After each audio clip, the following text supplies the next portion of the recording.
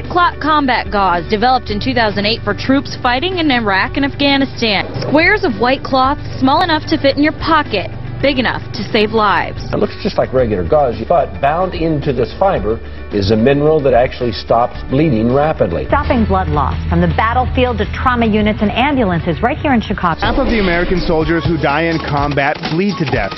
The military says these casualties could be prevented with prompt treatment, which is why every U.S. soldier in the field now carries an innovative combat gauze called QuickClot by Connecticut-based Z-Medica.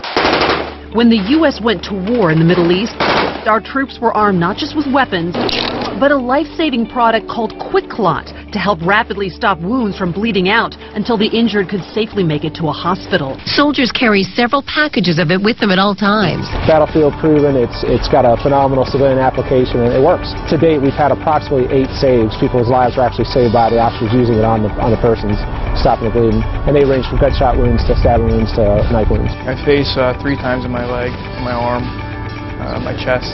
9 shots were fired into Fairfield, New Jersey police officer Gerald Veneziano. The shooter even hit the artery in his thigh. Police officer Michael Orr of a neighboring department in West Caldwell was the first to administer medical aid. Obviously, it saves lives. I carry it on me personally. It saved my life. Since Officer Veneziano's shooting, the Fairfield, New Jersey Police Department has issued QuickClot gauze to every officer, just in case. Tucson, Arizona.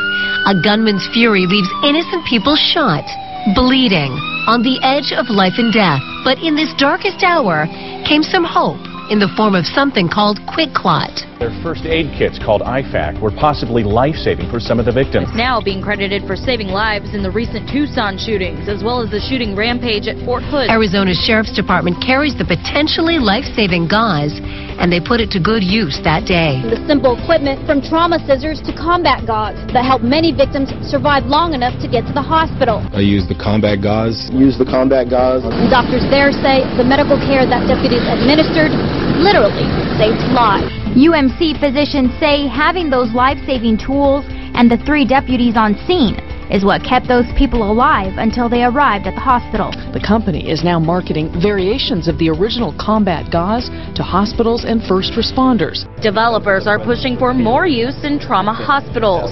This is a new pad, and it's basically a QuickClot pad. It's a hemostatic agent. And now a new weapon in their arsenal, a bandage that contains kaolin, a natural mineral that makes platelets stick together, accelerating the blood's ability to coagulate or form clots. But trauma surgeon Dr. Andrew Dennis has hopes for other applications. In the operating room here, we have great hopes for things like these, because if I can put a pad on the liver, it becomes like a fire and forget missile. I can put the pad on the liver, I can go do other things, focus my attention on other things that are bleeding. With the military and law enforcement on board, Z-Medica hopes to expand into more hospitals. And the more people that try it, the more amazing stories there are to tell. Some say it's the only reason they're alive to talk about it today.